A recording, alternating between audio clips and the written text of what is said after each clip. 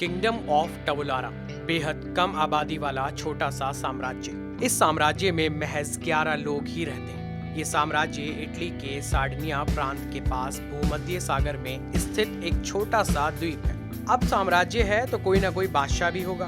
बादशाह शब्द सुनते ही जहन में एक तस्वीर उभरती है जिसमें बड़ा सा सिंहासन, जिसके दोनों तरफ सैनिक, शाही पोशाक में बैठा बादशाह और उसके सामने फरियाद लेकर आई प्रजा। लेकिन किंगडम ऑफ टवुलारा का बादशाह दुनिया के सभी बादशाहों से अलग है। आपको टवुलारा साम्राज्य में घूमते वक्त पता ही नहीं चलेगा कब आपकी मुलाकात इस साम्राज्य के बादशाह से हो जाएगी। जी हाँ, इस साम्राज्य के बादशाह जिनका नाम है टोनियो बर्टिलियोनी। टोनियो बेहद शालीन शख्सियत के मालिक हैं। हाफ पैंट और सैंडल में जिंदगी बिताना पसंद करते हैं। रोजी रोटी के लिए एक रेस्टोरेंट भी चलाते हैं। भूमध्य सागर के एक छोटे से द्वीप पर बसा किंगडम ऑफ टवुलारा का इतिहास भी बेहद दिलचस्प है।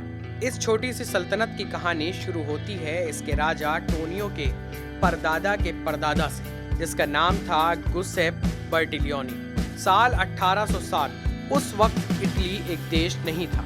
इसका एक सूबा था सार्डिनिया, जहां शादी करना अपराध माना जाता था। उस दौर में गुसेप ने 2 बहनों से शादी कर ली थी। गुसेप अपनी जान बचाकर इस द्वीप पर भाग आए थे। अपनी दोनों बीवियों के साथ इस द्वीप पर जिंदगी बसर करने लगे। कुछ समय बाद इस द्वीप पर गुसेप को एक खास प्रजाति की बकरियां मिली, जिनके दांत सुनहरे थे। खास प्रजाति की बकरियां मिलने की खबर इटली में आग की तरह फैल गई। लोग इस द्वीप पर बकरियां देखने आने लगे। इसी क्रम में इटली के राजा अल्बर्टो ने भी इन बकरियों के शिकार करने की इच्छा जताई। जल्द ही शिकार के लिए वो टवुलारा द्वीप पहुंचे।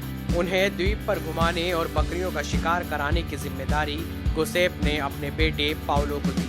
टोनियो इटली के राजा अल्बर्टो के इस द्वीप पर आने से जुड़ा एक बड़ा मजेदार किस्सा भी बताते हैं। जब इटली के राजा अल्बर्टो द्वीप पर पहुंचे तो अल्बर्टो ने अपना परिचय देते हुए कहा, मैं सार्डिनिया का राजा हूं। इसके जवाब में पाउलो ने कहा, मैं टवुलारा का राजा हूं। राजा अल्बर्टो जब शिकार से वापस सार्डिनिया लौटे तो उन्होंने ये ऐलान कर दिया कि टवुलारा द्वीप सार्डिनिया का हिस्सा नहीं है। इस ऐलान के बाद पाउलो बर्टिलियोनी ने खुद को टवुलारा का राजा घोषित कर दिया और इस ऐलान के बाद पाउलो 33 लोगों की सल्तनत के राजा बन गए।